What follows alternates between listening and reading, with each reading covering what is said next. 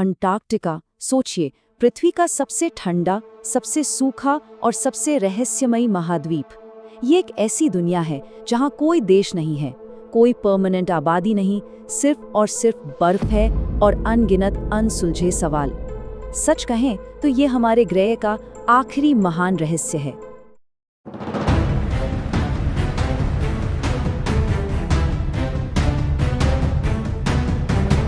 तो सवाल यही रुकता है कि इतनी खतरनाक जगह जहां तापमान -90 डिग्री सेल्सियस तक गिर जाता है और 300 किलोमीटर प्रति घंटे की रफ्तार से बर्फीले तूफान चलते हैं, वहां दुनिया की सुपर पावर्स पहुंचने के लिए इतनी बेताब क्यों हैं? बर्फ की इस मोटी चादर के नीचे आखिर ऐसा क्या छिपा है? अंटार्कटिका के बारे में जो अफवाहें हैं ना, वो किसी साइंस फिक्शन फिल्म से कम नहीं है। बातें होती हैं खून उगलते झरनों की, बर्फ के नीचे दबी 400 से ज्यादा झीलों की, और तो और विशालकाय समुद्री जीवों की। यहाँ तक के प्राचीन शहरों और एलियन स्पेसशिप के दबे होने की भी कहानियां हैं। लेकिन भाई, इनमें से सच क्या है और कल्पना क्या? चलिए पता लगाते हैं। इस पूरी कहानी को समझने के लिए हमें थोड़ा समय में पीछे चलना होगा। अंटार्कटिका की ये दौड़ कोई आज की बात नहीं, बल्कि सदियों पुरानी है। ये कहानी है उन खोजकर्ताओं की जिन्होंने इस बर्फीले रेगिस्तान को जीतने का सपना देखा था। इस महाद्वीप का आइडिया कोई नया नहीं है। सोचिए, हजारों साल पहले ग्रीक फिलोसोफर अरस्तु ने एक दक्षिणी महाद्वीप की कल्पना की थी। यहाँ तक कि 7वीं सदी की माओरी लोक कथाओं में भी एक जमे हुए दक्षिणी जमीन का जिक्र मिलता है। फिर मॉडर्न हिस्ट्री में 1773 में कैप्टन जेम्स कुक ने अंटार्कटिक सर्कल को पार किया। लेकिन महाद्वीप की पहली झलक मिली 1820 में रूसी खोजकर्ता फैबियन वॉन बेलिंगशॉजन को। और बस यहीं से शुरू हुआ खोज का वो हीरोइक एज, जहां रॉबर्ट फैल्कन स्कॉट जैसे कई बहादुरों ने इस बर्फ पर अपनी जान तक दे दी। कैप्टन कुक को तो ये जगह इतनी मुश्किल लगी थी कि उन्होंने कह दिया था कि कोई भी इंसान यहाँ तक कभी पहुँच ही नहीं पाएगा। लेकिन जैसा कि हम जानते हैं, इतिहास गवाह है कि उनकी ये भविष्यवाणी बिल्कुल गलत साबित हुई। तो खोजकर्ताओं ने तो रास्ता दिखा दिया, लेकिन असली रहस्य वो तो सतह के नीचे दबे थे। अब बारी थी वैज्ञानिकों की, और जब उन्होंने इस मोटी बर्फ की चादर के नीचे झांकना शुरू किया ना, तो ऐसे ऐसे राज सामने आए जिनकी किसी ने कल्पना भी नहीं की थी। सबसे बड़ी और शायद सबसे चौंकाने वाली खोज ये थी कि अंटार्कटिका हमेशा से ऐसा बर्फीला नहीं था। वैज्ञानिकों को यहाँ जीवाश्म लकड़ी मिली, ऐसे कीड़ों के अवशेष मिले जो सिर्फ गर्म इलाकों में पाए जाते हैं। इससे ये पता चलता है कि लगभग 9 करोड़ साल पहले ये जगह घने हरे भरे जंगलों वाला एक गर्म महाद्वीप था। और फिर एक और हैरान करने वाली खोज हुई। इस 3 किलोमीटर मोटी बर्फ की चादर के नीचे लगभग 400 झीलें छिपी हुई हैं।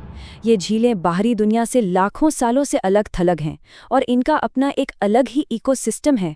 यहाँ ऐसे जीव पनप रहे हैं जिन्हें विज्ञान ने पहले कभी नहीं देखा था। मतलब ये सचमुच बर्फ के नीचे एक छिपी हुई दुनिया है।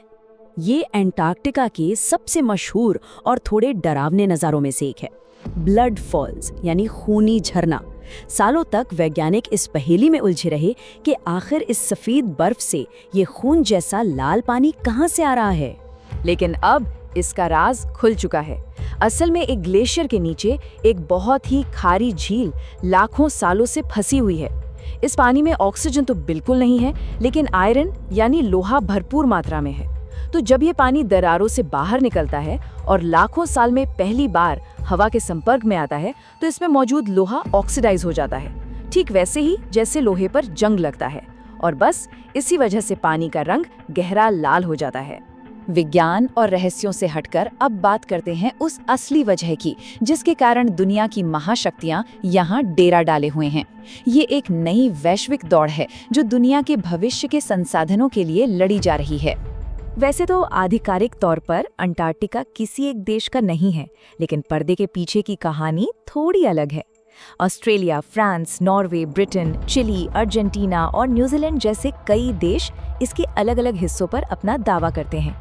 कह सकते हैं कि इस बर्फीले महाद्वीप को पहले ही टुकड़ों में बांटा जा चुका है।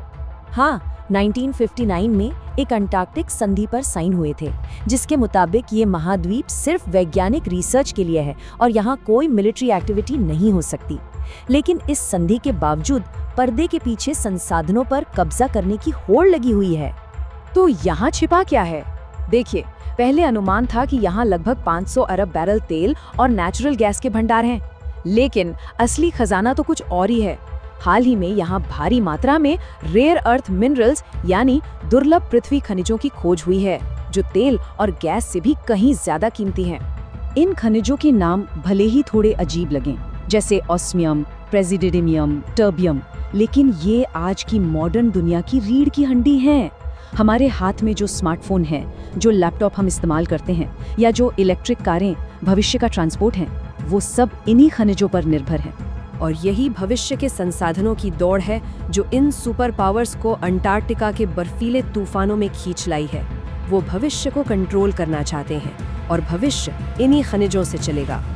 तो अब सवाल ये है कि अंटार्कटिका का भविष्य क्या है? ये पिघलता हुआ महाद्वीप सिर्फ अपने सदियों पुराने राज ही नहीं खोल रहा, बल्कि ये पूरी दुनिया के भविष्य की कहानी भी लिख रहा है। अंटार्कटिका को घेरने वाला जो दक्षिणी महासागर है, वो हमारे ग्रह के लिए बेहद जरूरी है। ये दुनिया के 15% कार्बन उत्सर्जन को सोखता है, पूरी दुनिया के क्लाइमेट को कंट्रोल करता है और हमारी पानी की सप्लाई को भी रेगुलेट करता है। मतलब इसकी सेहत पूरे ग्रह की सेहत के लिए बहुत जरूरी है। ग्लोबल वार्मिंग यहाँ एक दो-धारी तलवार की तरह है। एक तरफ जैसे जैसे बर्फ पिघल रही है, दबे हुए खजानों तक पहुंचना आसान हो रहा है, लेकिन साथ ही मानव इतिहास में पहली बार नए और बेहद कीमती समुद्री व्यापार के रास्ते भी खुल रहे हैं, और ये इस भू राजनीतिक दौड़ को और भी ज्यादा तेज कर देगा। तो आखिरी और सबसे बड़ा सवाल यही है कि जैसे जैसे बर्फ पिघलेगी और इसके खजाने दुनिया के सामने आएंगे, क्या अंटार्कटिका सभी देशों के बीच सहयोग का एक नया चैप्टर शुरू करेगा, या फिर यह हमारे अगले महान वैश्विक संघर्ष का मैदान बनेगा? इसका जवाब तो खैर भविष्य ही देगा।